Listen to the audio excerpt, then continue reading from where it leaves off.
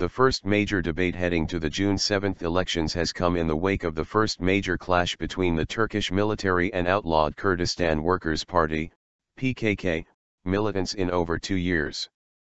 President Recep Tayyip Erdoğan and government officials have accused the PKK of trying to pressure people to vote for the People's Democratic Party (HDP), while the HDP side has argued that the operation was pre-planned and fake. 5 PKK militants were killed and 4 Turkish soldiers were injured in the eastern province of Ağrı on April 11, in clashes that erupted after PKK militants opened fire on security forces, the military said in a statement.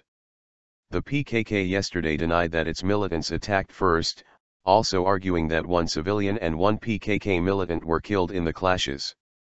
The attacks targeted Turkish democracy and the election poll, Ahmet Davutoğlu said at a party meeting in Istanbul April 12. I address HDP CO leader Selahattin Demirtas, who is silent on the terror in the East.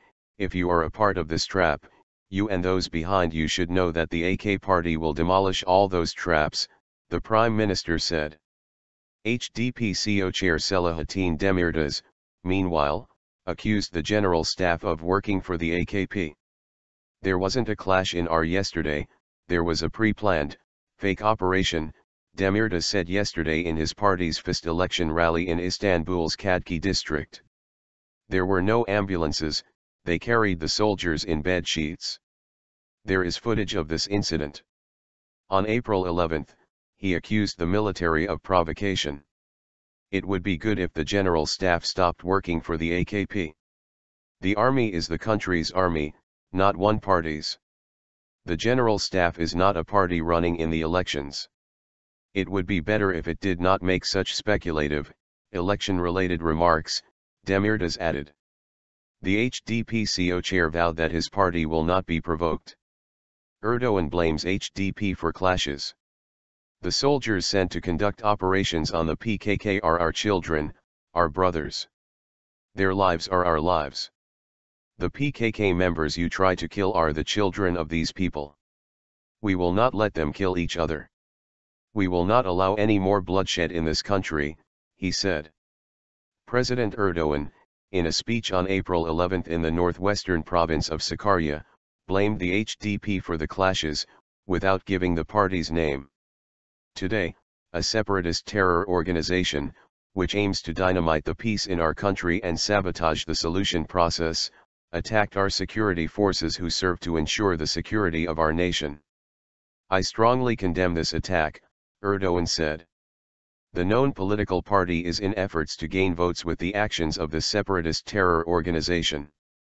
If they say democracy, if they say basic rights and freedoms, the way to achieve this is at the polls, not with arms, he said. Deputy Prime Minister Yalçın Akdoğan, who is the main government figure in the ongoing Kurdish peace process, also argued that the primary target was the elections. Involving pressure, violence, and arms in the political competition, trying to forcefully control the people's will, cannot be accepted. Those who play with fire will lose, he wrote. The clashes, which continued for over 12 hours on April 11, came amid a delicate ceasefire between the PKK and the Turkish military, which has held for over 2 years. Abdullah Öcalan, the jailed leader of the PKK, urged the outlawed group to convene an extraordinary Congress to end the 40-year-long armed struggle against Turkey in a letter read out during the Nevruz celebrations in the southeastern province of Diyarbakır on March 21.